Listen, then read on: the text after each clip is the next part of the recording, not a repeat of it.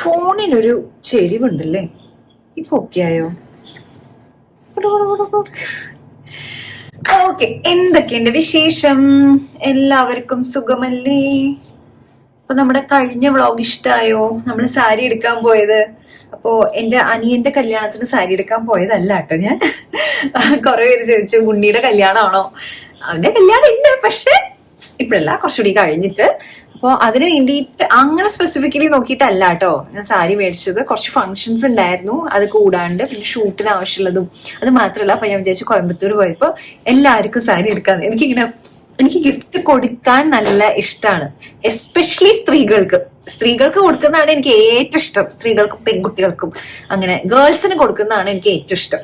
ഒന്ന് നമുക്ക് അറിയാം അവർക്ക് എന്ത് കൊടുത്താലാണ് ഇഷ്ടാവുക, എന്താണ് വേണ്ടത് എന്നൊക്കെ നമുക്ക് ഒന്നും കൂടി ഒരു ഐഡിയ ഉണ്ട്. അത് മാത്രമല്ല, പെൺപിള്ളേർ കൂടുതൽ ഹാപ്പി ആവുമല്ലോ, നല്ല ഡ്രസ്സുള്ള എക്സ്പ്രഷൻസും കാര്യങ്ങളും. സാരിയൊക്കെ നോക്കുമ്പോൾ അടിപൊളിയായിട്ടുണ്ട്, നന്നായിട്ടുണ്ട്. അപ്പൊ പാലക്കാടുള്ള അമ്മയ്ക്കാണെങ്കിൽ അയ്യോ കുട്ടി നല്ല രസമുണ്ട് കേട്ടോ, നല്ല കളറ്. അപ്പോൾ എൻ്റെ അമ്മയ്ക്കും ഇഷ്ടപ്പെട്ടു. അപ്പൊ എനിക്കത് ഭയങ്കര ഇഷ്ടമാണ്. എനിക്ക് ഒരു ഗിഫ്റ്റ് കൊടുത്തിട്ട് ആൾക്കത് ഇഷ്ടപ്പെട്ടു എന്ന് കാണുമ്പോൾ എനിക്കത് ഭയങ്കര സന്തോഷമാണ്. എനിക്കാണെങ്കിലും അതേട്ടോ, എനിക്ക് ഗിഫ്റ്റ് കിട്ടുമ്പോഴും ഞാൻ ഇങ്ങനെ നല്ല എക്സൈറ്റഡ് ആവും. അപ്പൊ അങ്ങനെ നാളെ ഞാൻ പോവാണ്. എങ്ങടാ പോണേ? ട്രിവാൻഡ്രം പോവാണ്, നമ്മുടെ കാർത്തിയുടെ കല്യാണം അല്ലേ. അപ്പൊ അതിന് വേണ്ടിയിട്ടാണ് കേട്ടോ പോണേ. ഞാൻ ഒരു റിലേറ്റീവിന്റെ വീട്ടിലാണ് കേട്ടോ താമസിക്കുന്നത്. കഴക്കൂട്ടത്താണേ താമസിക്കണേ.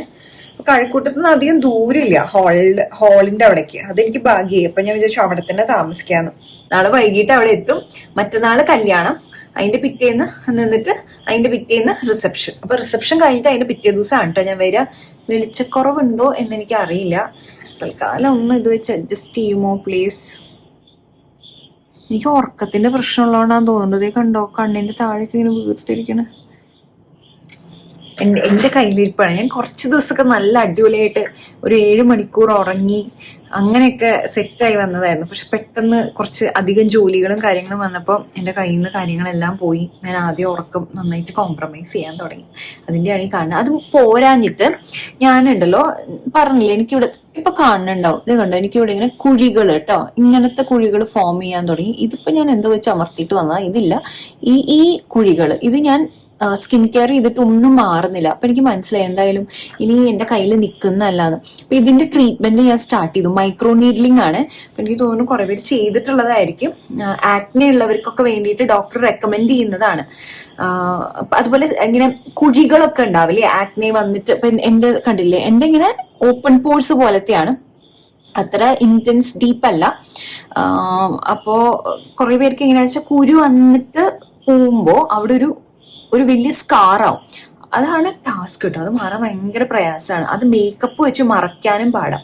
അപ്പൊ അങ്ങനെ ചെയ്തപ്പോ അതിനുശേഷം വന്നൊരു പാടാണ്. ഡോക്ടർ പറഞ്ഞ് 2 ആഴ്ചയിലൊക്കെ എന്തായാലും മാറുന്നത്. പക്ഷെ എനിക്ക് മാറിയില്ല. കറക്റ്റ് ഇവിടെ 2 ഇതായിട്ട്. അപ്പൊ ഞാൻ ഇച്ചിരി സാഡായി.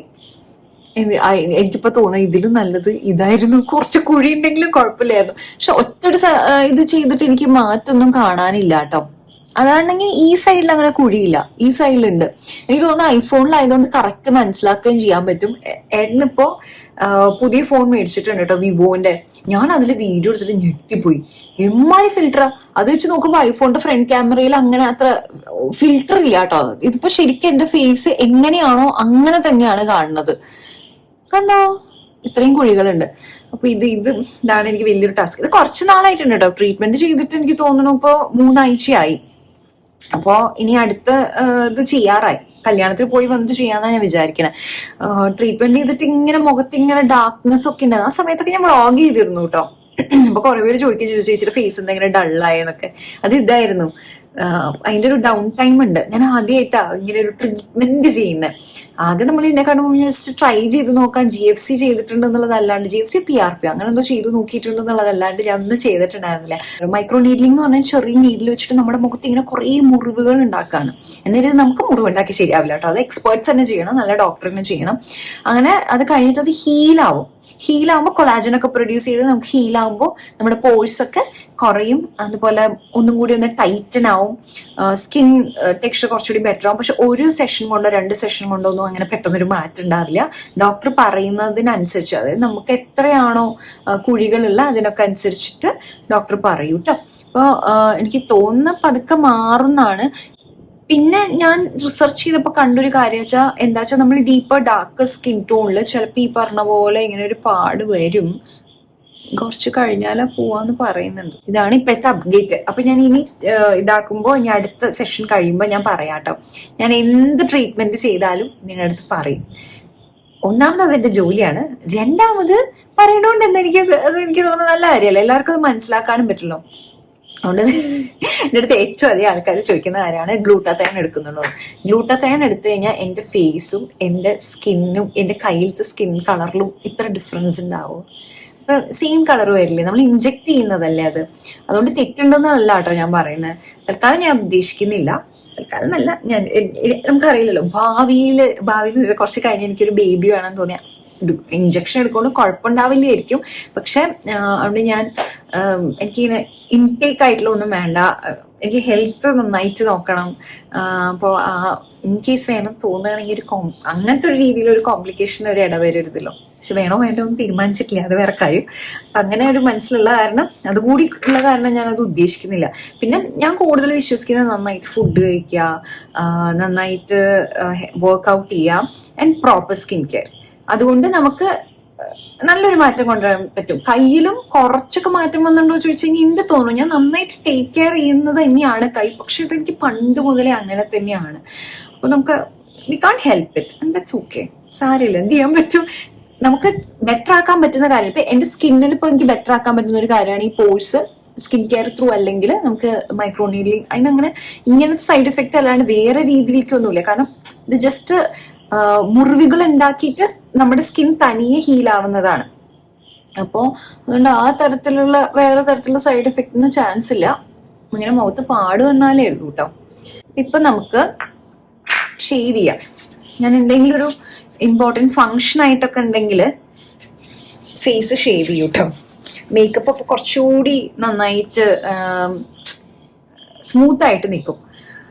പക്ഷെ ഇപ്പോഴത്തെ ഒരു ട്രെൻഡ് എന്ന് പറഞ്ഞ ഫേസിൽ രോമം ഉള്ളതാണ്.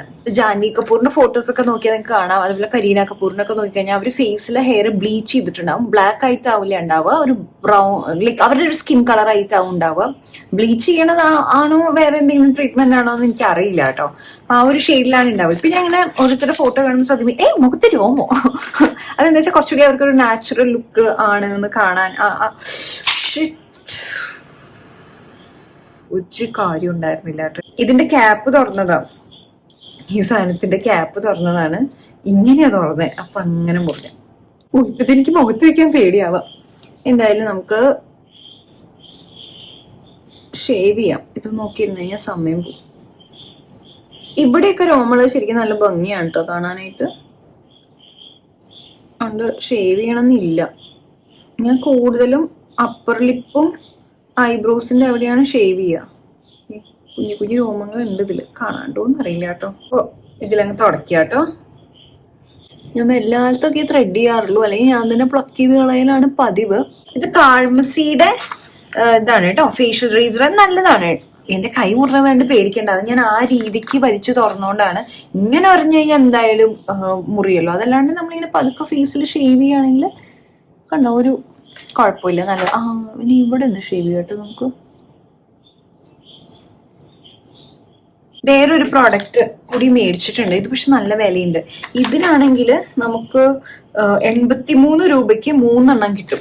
നമ്മളിപ്പോൾ ഇത് ഒരെണ്ണം 2 തവണ ഉപയോഗിച്ചിട്ട് കളയുകയാണെങ്കിലും നല്ല ലാഭം. പകരം ഇതാണെങ്കിൽ 1000 സംതിങ് രൂപയുണ്ട് കേട്ടോ. ഇത് വന്നിട്ട് ഇലക്ട്രിക് ആണ്. ഒരു തരത്തിൽ നമുക്ക് മുറിയാനോ അങ്ങനെ ഒന്നും ചാൻസ് ഇല്ല. നമുക്ക് ഓൺ ആക്കിയത് 3 സ്പീഡ് ഉണ്ട് കേട്ടോ. നമുക്ക് ചെറിയ സ്പീഡിൽ ചെയ്യാം.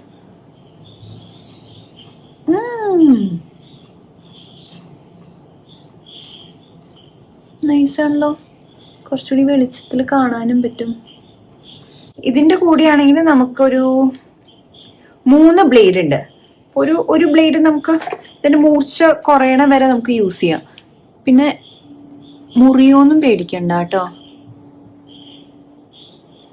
അപ്പോൾ റെഗുലർ ആയിട്ട് ഷേവ് ചെയ്യുന്ന ആളാണെങ്കിൽ ഇതിൽ ഇൻവെസ്റ്റ് ചെയ്താൽ നല്ലതായിരിക്കും കേട്ടോ. ഇത് രണ്ടും കൂടി ഡിഫറൻസ് കാണിക്കാൻ വേണ്ടിയിട്ടായിരുന്നു. രണ്ടും ഏകദേശം ഒരുപോലെ തന്നെയാണ് ഷേവ് ആക്കുന്നത്, പക്ഷെ ഇത് കുറച്ചും കൂടി ഒന്ന് എളുപ്പമുണ്ട്. മേ ബി നമുക്ക് പേടിക്കേണ്ട കാര്യമില്ലല്ലോ, അങ്ങനെ മുറിയും എന്നുള്ളൊരു ടെൻഷൻ ഇതാവേണ്ട ആവശ്യമില്ല.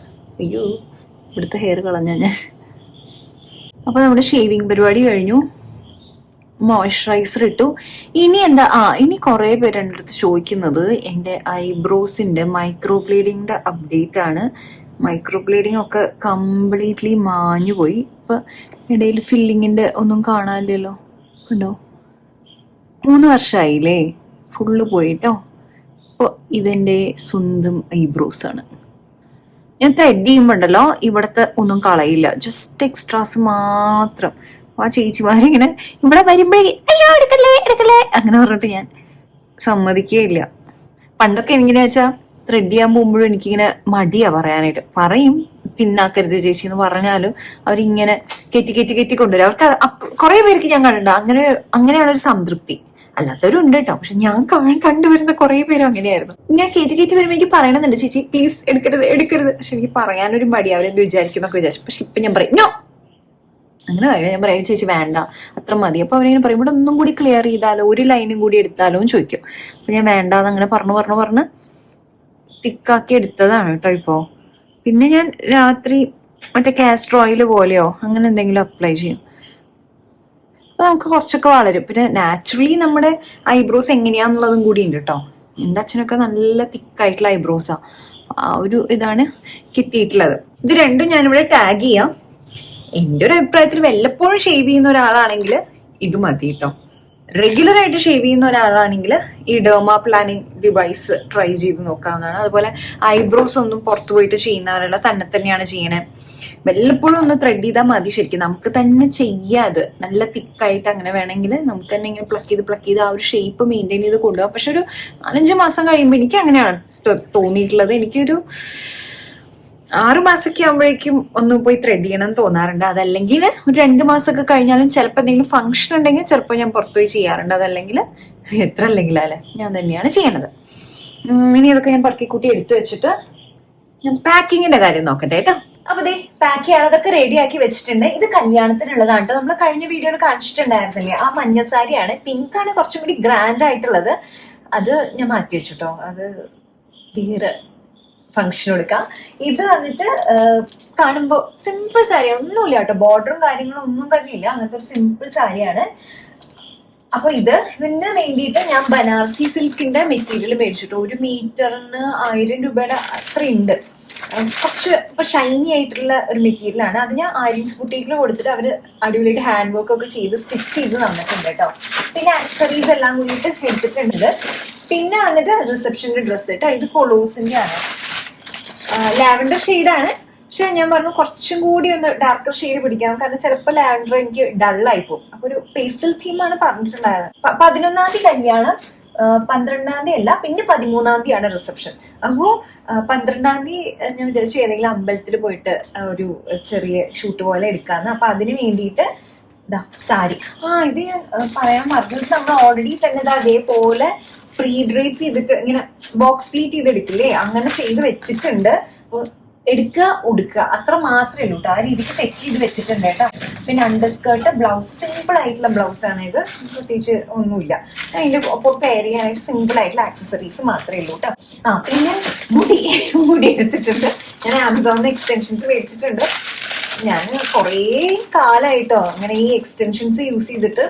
പണ്ട് യൂസ് ചെയ്യായിരുന്നു ഓരോ ഹെയർ സ്റ്റൈലൊക്കെ ചെയ്യാൻ വേണ്ടിയിട്ട്. നീളമുള്ള മുടിയാവുമ്പോൾ നമുക്ക് ഉള്ളിലേക്ക് തിരികെ അതങ്ങ് സെറ്റ് ചെയ്തെടുക്കാൻ എളുപ്പമാണ്. അപ്പോൾ വിചാരിച്ചു ഇതൊക്കെ ഇങ്ങനെ വരുന്ന എനിക്ക് അത്ര ഐഡിയ അറിയില്ല, പക്ഷെ എനിക്ക് നല്ല എക്സൈറ്റ്മെന്റ് ഉണ്ട് കേട്ടോ. കാരണം നമുക്ക് ഇങ്ങനെ എക്സ്പെരിമെന്റ് ചെയ്യാലോ ഓരോ കാര്യങ്ങളൊക്കെ. അതിലെനിക്ക് നല്ല സന്തോഷമുണ്ട്. ഇപ്പം എൻ്റെ ഫാമിലിയിലത്തെ ഫംഗ്ഷനൊക്കെ പോകുമ്പോൾ ഞാൻ മാക്സിമം സിമ്പിൾ ആയിട്ട് തന്നെയാണ് പോകാറില്ല. എനിക്ക് ഇഷ്ടമാണ് കേട്ടോ അങ്ങനെ പോകാനായിട്ട്. കാരണം എല്ലാവരും നമ്മൾ സിമ്പിൾ ആയിട്ടുള്ള ആളുകളാണ്. അങ്ങനെ സിമ്പിളായിട്ട് കല്യാണം അങ്ങനെയൊക്കെ തന്നെ ഉണ്ടാവാം. പക്ഷെ ഇങ്ങനത്തെ ഫങ്ഷൻസ് ഒക്കെ വരുമ്പോൾ നമുക്ക് ഔട്ട് ആൻഡ് ഔട്ട് കുറെ ഓപ്ഷൻസ് ഉണ്ട് ഒരുങ്ങാനായിട്ട്, പലതരം സ്റ്റൈൽസ് ട്രൈ ചെയ്യാനായിട്ട്. അല്ലെങ്കിൽ നമ്മൾ വീഡിയോസിന് വേണ്ടി മാത്രമല്ല സ്റ്റൈൽ ചെയ്യുന്നത്, നമുക്ക് പുറത്തേക്ക് പോകുമ്പോൾ വെച്ചാൽ കല്യാണത്തിന് ആസച്ച് പോകുമ്പോൾ തന്നെ നമുക്ക് ഒരുങ്ങാം. പക്ഷെ അവരുടെ കല്യാണത്തൊക്കെ നമുക്ക് കുറെ എക്സ്പെരിമെന്റ് ചെയ്യാനുണ്ടായിരുന്നു. പിന്നെ ഇത് ക്ലച്ച്, ഇതിന് വേണ്ടിയിട്ടുള്ളത്, റിസപ്ഷന് വേണ്ടിയിട്ടുള്ളത്. ഇത് കുറച്ച് അണ്ടർ ഗാർമെന്റ്സ് കാര്യങ്ങൾ എടുത്തിട്ടുണ്ട്. സ്റ്റിക്ക് ഓൺ ബ്രാ. പിന്നെ വന്നിട്ട് ഇത് അവിടെ പോയിട്ട് കാഷ്വലി ഇടാൻ വേണ്ടിയിട്ട് 1 2 3 4 5 ഡ്രസ്. പിന്നെ 2 ടവൽ എടുത്തിട്ടുണ്ട്. പിന്നെ ചെരുപ്പ്. ഇനി മേക്കപ്പ് അതൊക്കെയാണ്. ഞാൻ മറക്കോ എന്തെങ്കിലും എനിക്കറിയില്ല മറക്കോ. ഇപ്പൊ ഇതിൽ ബ്രഷസ് വെച്ചിട്ടുണ്ട്, ഇതിൽ ഐ മേക്കപ്പ് വെച്ചിട്ടുണ്ട്, ഇതിൽ പൊട്ട് വെച്ചിട്ടുണ്ട്, കാണാണ്ടോടാ. പൊട്ട് വെച്ചിട്ടുണ്ട്. പിന്നെ ഇതിൽ മൊത്തം ലിപ്സ്റ്റിക്സ് ആണ്. ആകെ 2 ഫംഗ്ഷൻ ഉണ്ട്, 10 ലിപ്സ്റ്റിക് ഉണ്ട്. പക്ഷെ അറിയാലോ, ഇൻ കേസ് ആവശ്യം വന്നു കഴിഞ്ഞാൽ നമുക്ക് ആ സമയത്ത് വാങ്ങിക്കാനും അങ്ങനെ തിരിഞ്ഞു നടക്കാനും പറ്റില്ല. അപ്പൊ അതുകൊണ്ട് എല്ലാം നമുക്ക് സെറ്റ് ചെയ്ത് തന്നെ കൊണ്ടുപോകാം. പിന്നെ ഒരു മൂസും ഞാൻ എടുത്തിട്ടുണ്ട്, റബ്ബർ ബാൻഡ്സ് ഒക്കെ എടുത്തിട്ടുണ്ട്, ഹെയർ ടൈസും എടുത്തിട്ടുണ്ട് കേട്ടോ. ഇതിൽ വന്നിട്ട് ഫേസ് മേക്കപ്പിന്റെ സാധനങ്ങളാണ്. എനിക്ക് ഈ പൗച്ച് നല്ല ഇഷ്ടമാണ് കേട്ടോ. അത് ഞാൻ നോക്കട്ടെ, പറ്റുകയാണെങ്കിൽ ഞാൻ ടാഗ് ചെയ്യാം. കാരണം ടാഗ് ചെയ്യാനായിട്ട് ഫ്ലിപ്കാർട്ടിൽ ഇല്ലാന്ന് തോന്നുന്നുണ്ട്. ആമസോൺ ആണെങ്കിൽ ഞാൻ ലിങ്ക് ഇടാം കേട്ടോ. ഓ, എൻ്റെ മുടിയാണ്, മൊത്തം എൻ്റെ മുടിയാണ്. പിന്നെ ഇതാ സ്റ്റീൽ അയൺ. ആ സമയത്ത് ഇനി മൊത്തം ചുളിങ്ങിയൊക്കെ ആയിരിക്കണേന്ന് വെച്ച് കഴിഞ്ഞാൽ ആ ഔട്ട്ഫിറ്റിന്റെ ഭംഗിനെ പോലെ എന്നെ എല്ലാവരും ഏറ്റവും അധികം ചീത്ത പറയുന്ന കാര്യമാണ് ഞാൻ തേക്കാണ്ടാണ് ഇടുന്നതെന്ന് പറഞ്ഞിട്ട്. അപ്പൊ അതുകൊണ്ട് ആ പരാതി തീർക്കാൻ വേണ്ടിയിട്ട് ഞാൻ തവണ സ്റ്റീമറും കൊണ്ടാണ് പോണത്. ഇത് മുടിക്ക് വേണ്ടിയിട്ടാണ്, ഇത് സാരിക്ക് വേണ്ടിയിട്ടാണ് കേട്ടോ. അതുകൊണ്ട് ഇങ്ങനെ 2 ടാലും വെക്കാം. ചാൽ, ഞാനിപ്പോ ഇപ്പൊ കുട്ടിയുടെ പോലെ പറയുന്നത്, ചാമ്പലിന് പോലെ ചാൽ. അപ്പൊ നമ്മുടെ പെട്ടി എത്തി. ഈ പെട്ടിയിലേക്ക് ഇതെല്ലാം കൂടി നമുക്ക് അയ്യോ ഇമ്മക്കുട്ടി ഉണ്ടാക്കിയ കേക്ക് കണ്ട. റിയൽ അല്ല. ഷോ, അമ്മ വിചാരിച്ചു റിയൽ ആണെന്ന്. അത്ര ഒറിജിനാലിറ്റി, അത്ര കറക്റ്റ് ഒരു cake. Cupcake. So I made this out of clay. ഓ, ഇതിന്റെ അല്ല ഒരു വൃത്തിയുടെ വേണോ? Okay, ഓക്കെ ആണോ? ഇത് എന്റെ പുതിയ ഫോണാട്ടോ. ഇത് ഇന്ന് എടുത്ത ഫോണാണ്. ക്യാമറയൊക്കെ മൂടി വെക്കുന്ന ഫോൺ. കവർ അങ്ങനത്തെ ആയതുകൊണ്ടാണ് കേട്ടോ. വിവോന്റെ ഫോണാണ് മേടിച്ചിരിക്കുന്നേ. ഞാനൊരു സൂത്രം കാണിച്ചു തരാം കേട്ടോ. ഞാൻ കിട്ടിയതും ക്യാമറയാണ് എടുത്ത്. ഇതിൽ കാണാണ്ടോ എന്റെ മുഖം? ഇങ്ങനെ കാണില്ലായിരിക്കില്ല. ഞാൻ ജസ്റ്റ് എന്റെ ഇതിലെങ്ങനെയാണ് എന്റെ മുഖം? ഓക്കെ, നൈസ് അല്ലേ? അത്ര നൈസ് അല്ല അതുവരെ കാര്യം. ഇതിൽ ഞാൻ ജസ്റ്റ് ഒരു സെൽഫി എടുക്കാം.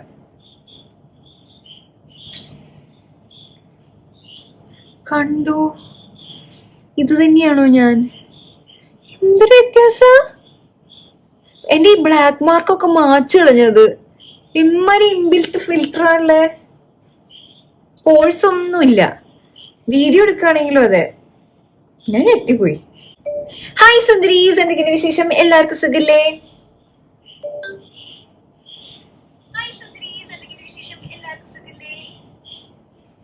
കണ്ടോ എമ്മാരി ഫിൽറ്റർ? ഐഫോണിൽ ഇങ്ങനെ ഫിൽറ്റർ ഇല്ല കേട്ടോ. ഓക്കെ, ഇതില് നമുക്കൊരു വീഡിയോ എടുക്കാം. ഓക്കെ, ഒരു ഷോർട്സ് എടുക്കാം. അപ്പൊ നമുക്ക് പെട്ടി അടയ്ക്കാം. ഞാൻ വിചാരിച്ചു പെട്ടിയിൽ ഇനി സ്പേസ് കാണും. കാരണം എനിക്ക് ക്യാമറ ഗാഡ്ജറ്റ്സ് ഒക്കെ എടുക്കാനുള്ളതായിരുന്നു. പക്ഷെ പെട്ടിയിൽ സ്പേസ് ഇല്ല എന്നത് മാത്രമല്ല, പെട്ടി കുറച്ച് നിറഞ്ഞ്.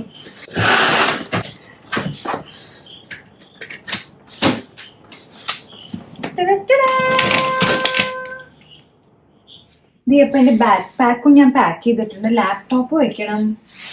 പിന്നെ ഞാനൊരു മെമ്മറി കാർഡ് വെച്ചു. ഒന്ന് നോക്കട്ടെ കേട്ടോ. അതൊക്കെ ഇല്ലെങ്കിൽ പിന്നെ ഒന്ന് ഷൂട്ട് ചെയ്യാൻ നിവർത്തി.